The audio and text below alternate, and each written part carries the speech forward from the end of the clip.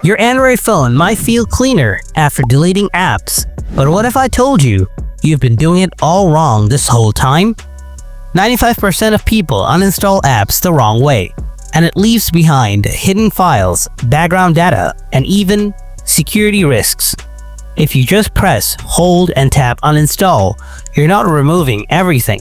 But fixing this only takes a minute, and it can free up space, speed up your phone, and protect your privacy. Let's fix it right now. So, let me show you the right way to delete an app from your Android phone. First, press and hold the app you want to delete.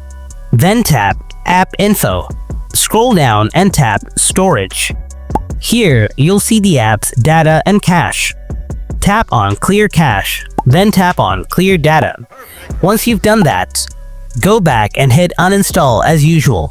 This way, you're deleting the app and all the leftover junk files that slow your phone down. And that's all for this video. I hope you found this video helpful. If you did, then drop a like, subscribe, and hit the bell icon so you don't miss my future videos.